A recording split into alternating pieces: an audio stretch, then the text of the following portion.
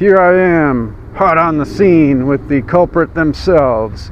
The Ford F-150 has a massive recall. Here's what you need to know. Stay tuned. Happening is that on models such as these ones, equipped with the single exhaust, there is a wiring harness on the rear axle, well, up near the rear axle, that has been chafing and caused the rear parking brake to activate whilst driving down the road. Right now there's been something about 19 or so reported instances of this happening. There's no injuries or fatalities, thank goodness, and they do have a fix for this. So what Ford said that they're going to do is replace the rear axle wiring harness entirely if necessary.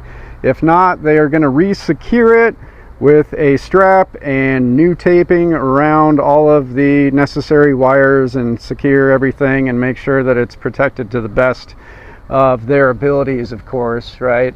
I think that what's ended up going to happen most likely is they're probably going to swap those entire harnesses for the most part. I think that that's probably the safest bet.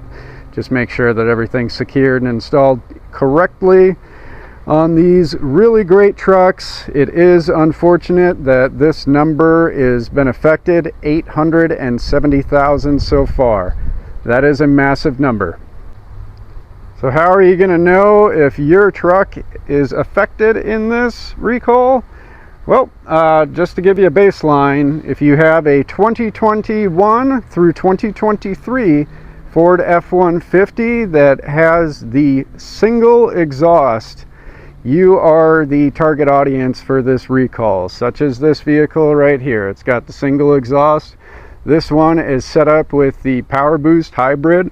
So that is going to be across multiple drivetrain setup. So I wouldn't be like, I've got the 5-liter, so I'm okay. Don't do that. Definitely check with this, because this is a majorly important thing that could have catastrophic effects. Just imagine going down the road at 70 miles an hour on the highway and your brake locks up. So you definitely do not want to mess around with this. This is serious. Go get it fixed. Ford's going to pay for it. They'll probably give you a vehicle for the meantime, or transportation, I'm sure. And we will all be better off having done this. And then you could maybe step your game up to one of these Tremor models. Man, these are freaking sweet. Check that out. I absolutely love the Tremor in pretty much every vehicle. I think it looks really good in this F-150, especially this color, this kind of carbonized gray with the Tremor accents there, looking really sweet. Bring it on down to the back and show you the Tremor logo. Again, I really wish that they would kind of stamp this into the tailgate there. I think that that would be super cool. And then they give you one more just to close her on out. Tremor logo right there. That one is actually a lot higher quality than what you get on the Maverick. All you get is the stickers, so that one looks pretty good. Put in the comments which Ford that you would buy. So if you had to pick on some of these XLTs, Limited, Tremors, hybrids, everything, which one would you buy? There's another Tremor right here. All right, well, again, how do you want to check this? You're going to want to go to Ford's website.